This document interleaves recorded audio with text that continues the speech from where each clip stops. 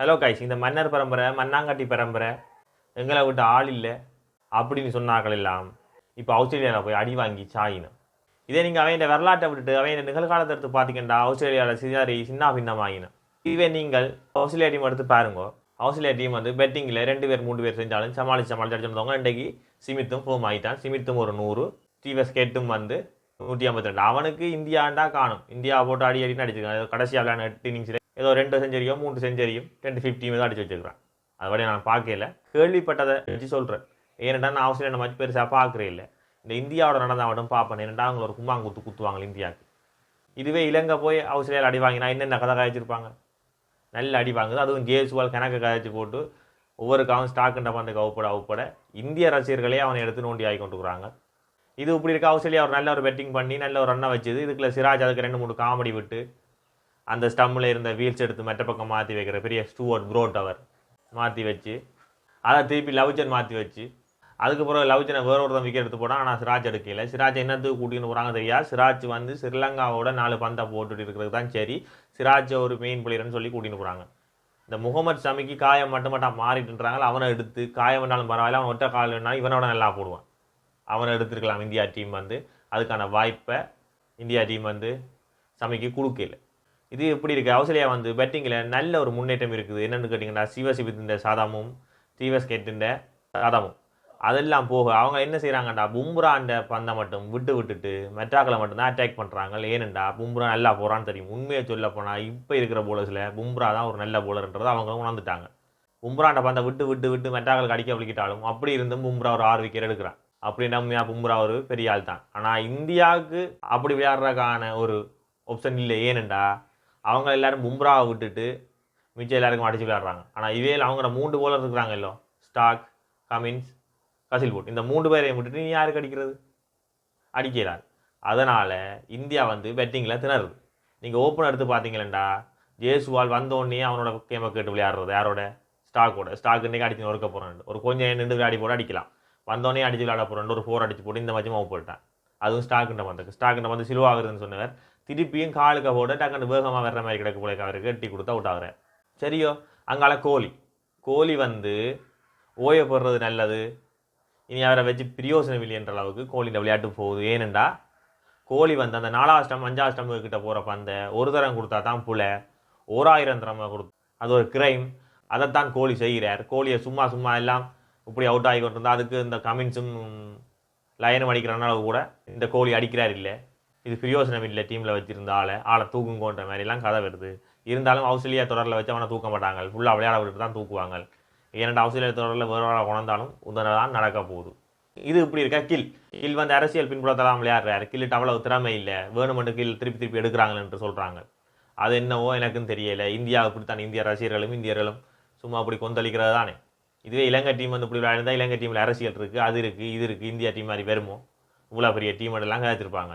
இருந்தாலும் இந்த கில்லின்ற பிரச்சனை என்னென்னு முடிய போன்னு தெரியல. ஆனால் இந்த ராகுல் இருக்கிறான் இல்லை, போன தொடர்களை சோபிக்காத ராகுல் உண்மையிலேயே நல்லா விளையாடுறான்.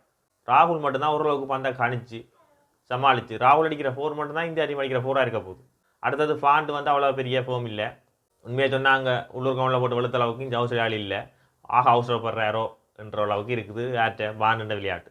இப்போ பாண்ட நிப்பாடலாம் ஒன்று கேட்டிங்கன்னா பாண்ட நிப்பாட்டி போட்டு வேறு யாரையும் எடுத்தாலும் பாண்ட அளவுக்கு ஒரு தரம் விளையாடுறதுக்கு இல்லை. பாண்ட நிப்பாடு கோலியும் ரோஹிட்டும் தான் இங்கே பிரச்சனையாக இருக்குது. ரோஹிட்டுக்கு வருவோம். ரோஹிட் இந்த மாதிரி இப்போ தான் இறங்கியிருக்காரு. நான் வீடியோ எடுக்கும் வரைக்கும். ஏன்னா மழை இன்றைக்கு ஃபுல்லாக உண்மையாக மழை இப்படி வந்து பெருசாக விளையாட விடாது. இன்றைக்கு நாள் முடிய விட்டு தான் வீடியோ போட்டு ஜோதிச்சுனா இருந்தாலும் இன்றைக்கு மழை விடாது. மெல்லமாக இப்படி வந்து போயிடும். இந்த ராகுல் கடைசி வரைக்கும் நிற்கும் வரைக்கும் ஒரு கொஞ்சம் ரன் பெருமையை வழியே மற்றபடி கஷ்டம். இப்போ ரோஹிட் இறங்கியிருக்கார். ரோஹிட்டும் ஒரு கொஞ்சம் இடத்துல சரியாக நினைக்கிறேன். ஏன்னாடா பீச் இன்னும் மழை பெய்ய மாறிக்கொண்டிருக்கும் போலிங்குக்கு சாதகமாக. இதில் என்னடா ரோஹிட்டின் கதை என்னடா, ரோஹிட் அங்கே நின்று கச்சையும் விடுறான். ஹெட்டின் கச்சை 100 அடிச்சா அப்புறம் ஆக மாட்டான். 152 அடிச்சிருக்கிறான். ஹெட்டின் கச்சையும் விடுறான். அவன் ஏற்கனவே இந்தியா போட்டு அந்த அடி அடிச்சு கொண்டிருக்கிறான். அவன் கச்சையும் ரோஹித் சர்மா விட்டா என்னென்று விளையாட போயிடும்? ஒன்றும் செய்யலாது. இதுவும் இப்படி இருக்க அங்கால வந்து இந்த ஆல்ரவுண்டர் கேட்டகரி. இந்த ஆல்ரவுண்டர் கேட்டகரியில் முதலாவது மேட்ச் வந்து வாஷிங்டன் சுந்தர் எடுத்தாங்க. சரியோ, பேருந்து 2வது மேட்ச்சில் அவனை நிப்பாட்டி போட்டு அஸ்வினை எடுத்தாங்க. 3வது மேட்ச் வந்து அஸ்வினை நிப்பாட்டி போட்டு ஜடேஜா எடுத்திருக்காங்க. ஒரு ஸ்பின் ஆப்ஷனோட ஒரு பேட்டிங்கு. என்ன பிரச்சனைடா, அந்த சுந்தரையும் அஸ்வினையும் மாறி எடுக்கலாம். ஜடேஜா தேவையில்லாத ஆணி என்று ஏன் சொல்கிறோம்டா? சிலது பெட்டிங்கில் செய்யலாம், இருந்தாலும் ஏன் தேவையில்லாத ஆணி என்று சொல்கிறோம்டா? இதுவே வந்து ஆஸ்திரேலியாவில் பிரச்சனையை கொடுக்குற பேட்ஸ்மேன் வந்து ஒரு லெஃப்ட் ஹேண்டர் பேட்ஸ்மேன், அதாவது டிஎஸ் கெட். கெட்டுக்கு பந்து போடுற கேட்ட மாதிரி ஒரு ஆளை ஒரு ஆல்ரவுண்டர் எடுக்கிறது தான் இந்திய அணிக்கு நல்லது. ஏன்னா கெட்டை கட்டுப்படுத்தாத வரைக்கும் இந்திய அணியால் அடுத்த கட்டத்தை நோக்கி நகரையிலார். ஏன்னா அவன் வேகமாகவும் அடித்து முடிக்கிறான். முதல் 50 ரன் ஒரு 80 பாலில் 90 பால் அடித்தாலும் அதுக்கு பிறகு வேகமாக அடித்து முடிக்கிறான். அப்போ அவனை கட்டுப்படுத்துகிற அளவுக்கு ஒரு போல்டரை எடுக்கும். அதுக்கு அங்கால சிராஜின் இடத்துக்கு ஒரு மாற்றினா ஓரளவுக்கு நல்ல டீமாக இருக்கும். என்னதான் நல்ல டீமாக வந்தாலும் கொஞ்சம் கொஞ்சம் குறைய ரன்னில் அதில் தோக்கலாமை வழிய வெற்றி என்ற ஒரு இலக்கை நோக்கி இந்திய அணி போகிறதுக்கு இந்தியாவில் இருக்கிற முழு பேரையும் கூட்டிக்கொண்டு வந்து தெரிஞ்செடுத்தாலும் ஏலா. ஓரளவுக்கு ரோவாகிறக்கான வாய்ப்பு இருந்திருக்கும். வேறு யார் புஜாராவும் ரஹானாவும் இருந்திருந்தால் ரோவாகிறக்கான வாய்ப்பு இருந்திருக்கும். மற்றும்படி இவையலால் இந்த மேட்சை ஒன்றுமே செய்ய இயலாதுன்றதான் உண்மை.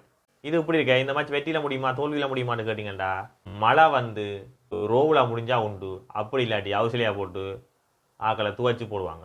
அப்போ இந்த டெஸ்ட் மேட்ச் முடிய ஏதாவது மாற்றம் வருமானு கேட்டிங்களேண்டா, மாற்றம் கணக்க வரணும் தான் இந்திய ரசிகர்கள் நிற்கணும், இந்திய தேர்வு குழுவும் நிற்கிது, எல்லாருமே அப்படி தான் நிற்கணும். ஆனால் யாரை மாற்றுறது? எவனை குழந்தாலும் காமெடியாக தான் இருக்கும். கோலியும் ரோஹித்தும் ஃபோமுக்கு வரும் வரைக்கும் யாரை பார்த்தாலும் காமெடியாக தான் இருக்கும். இதை இந்திய ரசிகர்கள் புரிஞ்சு கொள்ளணும். புரிஞ்சு கொண்டு நேரத்தில் வந்து கோமெண்ட் பண்ணுங்க. அதை விட்டு என்ன போட்டு நடுவில் கலாய்க்கிறது. நீ எல்லாம் ஒரு ஸ்ரீலங்கன் ஃபேன், நீ எல்லாம் கதைக்கிற அளவுக்குங்கிற டீம் விளையாடுதே இன்னும் கூட மேட்சுக்குள்ளே இருக்கலாம், அதுதான் உண்மை. அதை விட்டுட்டு ஸ்ரீலங்கன் ஃபேன் உங்களை கலாய்க்கிறான்னு போட்டு நீங்கள் கொந்தளிக்கிறாரு. நீங்கள் நல்லா விளையாடி வெளிலேக்க நாங்கள் வந்து நல்லதாக சொல்லுவோம். அதை விட்டுட்டு சும்மா சும்மா சும்மா அங்கே போய் சுத்தப்பி கொண்டு இருக்கேக்க சரி வராது. ஒரு மேட்ச் அடித்த ஜெயசுவால் வந்து மிச்ச மேட்ச் அடிக்கல, ஸ்டாக்கோட சண்டை பிடிச்சதுலேருந்து அடிக்கல. அப்படின்னா யார் வெல்றான்? ஸ்டாக் தான் வெல்றான். இதான் யதார்த்தமான உண்மை. உங்களுக்கு புழக்கிறோம் போடுறா மண்டையை புழக்கிறோம் மண்டை புழக்கிறோம்னு சொல்கிறது மட்டும் பிரயோசனம் இல்லை. வெல்லும் வெண்டா மட்டும்தான் கதைக்கலாம். ஸ்ரீலங்கா வந்து இப்போ அடுத்த நியூசிலாண்டோட விளையாட போகுது. இப்போ நியூசிலாந்து வந்து இங்கிலாந்துக்கு போட்டு நொறிக்கொண்டு இருக்குது. அந்த ஸ்கோர் என்னென்னு பார்த்தீங்களா, வில்லியம்சன் ஒரு 152 அடிச்சு போட்டா. இப்போ நான் பார்க்கும் வரைக்கும் ஒரு 600 கிட்ட டேக்கர் வைக்க போகிறாங்களா, அதை திறத்து வாங்கணும் இங்கிலாந்துன்னு தெரியாது. ஏன்னா ரோவாக்குற பிளான் இங்கிலாண்ட கடைசி வரைக்கும் இருக்காது. கடைசி வரைக்கும் கஷ்டப்பட்டு விளையாடுவாங்க. எப்படியும் இந்த மேட்ச் வந்து நியூசிலாந்து தான் வெல்லுவாங்க. இருந்தாலும் இங்கிலாந்து போராடும். அது அப்படி இருக்க. இப்போ நியூசிலாந்து வந்து ஸ்ரீலங்காவுக்கு வரப்போகுது. வந்தோடனே ஸ்ரீலங்காண்ட குழுவையை மட்டும் பாருங்க. அவங்களுக்கு கொடுக்க நான் அடுத்த வீடியோ போட்டு கொண்டிருக்கிறேன். இந்திய ரசிகர்கள் பார்த்து வருத்தப்படுங்க. சரியோ, ஏதோ மழை வந்து இந்தியாவை காப்பாற்றினா உண்டு, இல்லாட்டி இல்லை. நான் சொல்கிறத சொல்லிட்டேன். நன்றி, வணக்கம். வந்து பார்த்து கமெண்ட் பண்ணுங்க.